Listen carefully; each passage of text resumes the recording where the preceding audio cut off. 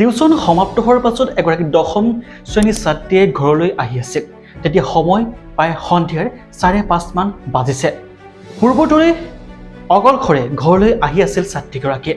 কিন্তু ৰাস্তাৰ মাজমজিয়াতে ছাত্ৰীগৰাকীৰ লগত যি জঘন্যৰ কাণ্ডৰ সংঘটিত হৈ গ'ল, সেই কাণ্ডৰ সম্পূৰ্ণকৈ শুনিলে আপোনাৰ হয়তো গাৰ নোম শিয়ৰি উঠিব। নমস্কাৰ, মই শংকৰজিৎ আৰু আপোনালোকে চাই আছে শংকৰজিৎ ক্ৰিয়েশ্যন। পুনৰ আহিছোঁ এক সত্য খবৰ।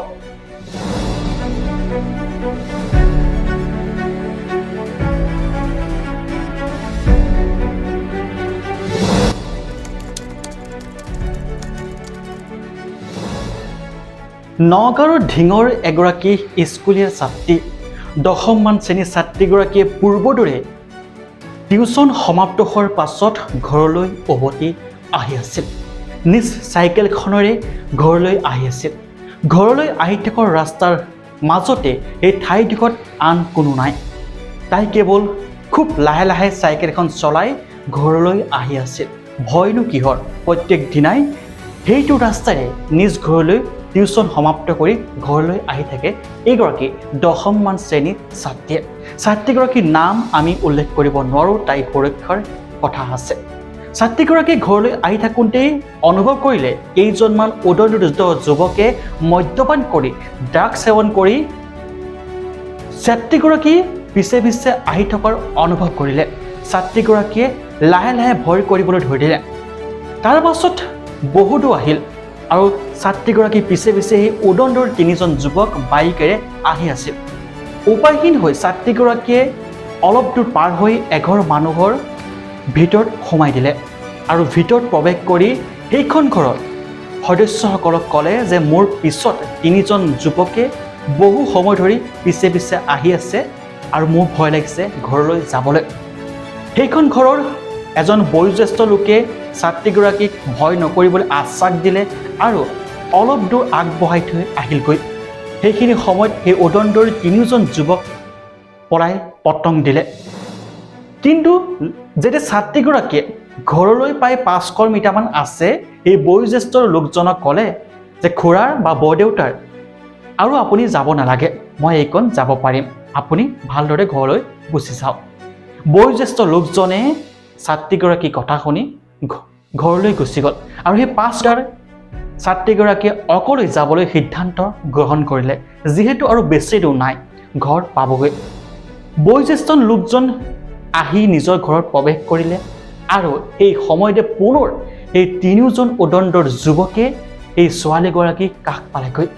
ছোৱালীগৰাকীক ভয় ভাবুকিয়ে চাইকেলৰ পৰা নমাই দিলে। তিনিওজন যুৱকে আগচি ধৰিলে আৰু সেই সময়ত সন্ধিয়া পৰত যিহেতু আছিল, সেই সময়ত ৰাস্তাটো কোনো নাছিল।